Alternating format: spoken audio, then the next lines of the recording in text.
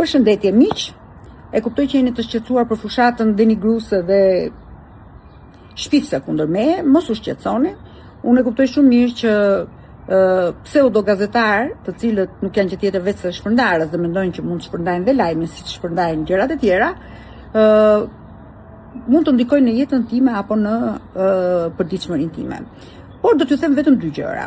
U bë disa kohë faktikisht që portale miniatur të vogla me shumë pak ndjekësa, por që faktikisht kanë investime shumë të mëdha financiare në zyra, në dizajn, në mirëmbajtje, në servera, kanë marrë një fushat denigruese ndaj meje dhe familjes time. Nuk kam asnjë lloj problemi, pushka top ju bëft, por dua t'ju kujtoj vetëm një gjë. E zbulova kush ishin investitorit strategjik të tyre, që nuk ishte gjë tjetër veç se një ish bashkëluftëtari im i opozitës, Lulzim Basha, të cilin e vlerësoj shumë për guximin e madh që ka, sepse është investuar edhe në mediat të showbizit, edhe në mediat e politike, edhe në gazetar për te politikës. Dhe lidhjet që ka ai si një ish student i financuar nga Sorosi dhe me gazetarë të cilët janë financuar deri më sot nga fondacionet e Sorosit. Por dua t'ju theksoj dy gjë.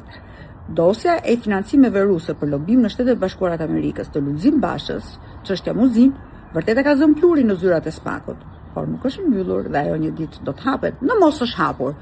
Por unë dua që ju, kur i merrni ato zarfat me lek nga Lulzim Basha apo nga ata që ju paguajnë për të bërë shkrime, keni parasysh që të dini origjinën e atyre parave nga vijnë, sepse kam frikë që nesër do thonë që me paratë ruse dhe financimet ruse u financua media e lirë, por që në fakt do dali që ishte media e fjalës së kapur.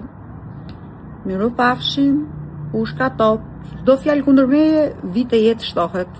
Ju dua shumë.